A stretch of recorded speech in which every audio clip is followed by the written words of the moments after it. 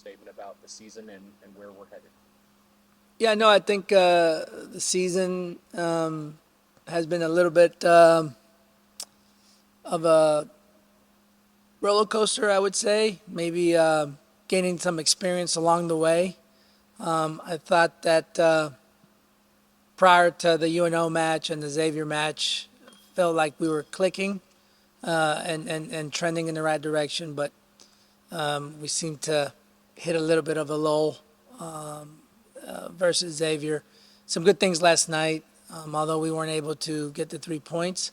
We were able to muster 1 point, but an exciting match. The guys showed a lot of grit, a lot of fight last night, and so hoping we can put together some of that grit and some good brand of football as we get ready for Butler. You talked about that grit. Over the last couple of years, you've had a habit of getting hot down the stretch and it propelling you into the NCAA tournament. Do you see signs that that could happen a third time in a row? No, absolutely. You know, with us being that the season is so quick, once you get going, you always run the risk of getting hot too early and just kind of dissipating a little bit towards the latter part of the season. So, if we're off to a slower start, that's not the end of the world. As long as we heat up towards the end of October, early November. So, hey, if that's where we're trending towards, then I'm okay with that. With Big East play expanding to 8 teams for the conference tournament, you already have 6 points in your pocket. What else needs to be done in your mind to secure a spot in the tournament itself? You know, obviously we got a tough stretch coming up. In the next 2 weeks, we'll be on the road. First at Butler, then at Seton Hall, and then eventually back at home against Akron, who's doing really well nationally right now. But right now we're second in our division. Obviously tied in points against Xavier, but they have the tiebreaker in that they were victorious against us here last week. But hey, we'll take it one match at a time. Butler right now is off to a slow start, although they just had a nice win in their last non-con match last night.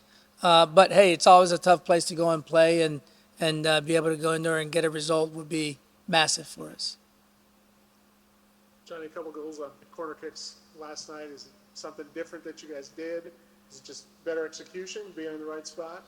Yeah, no, you know we've worked quite a bit on set pieces this year, and actually last night we scored off of 2 set pieces, which I think brings our total to 8 goals this season off of set pieces. You know, obviously if you can score in the run of play, that's great, but if you can score on set pieces, that's a bonus. We've been diligent about them this year, and hopefully we continue to convert on those.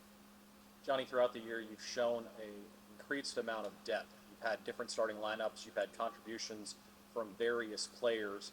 That can only help you as the season wears on, correct? No, absolutely. You know, again, it's always been part of our plan and our recruiting, has been able to get guys that are capable to come in and play.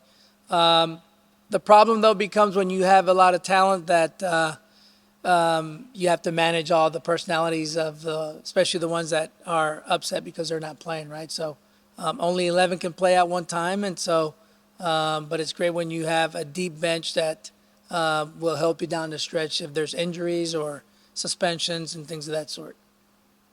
You got a career high in saves from Blake last night. What have you seen from him over the last couple of matches? Because it seems like he had few really good games. Yeah, no, I think his positioning has been pretty good.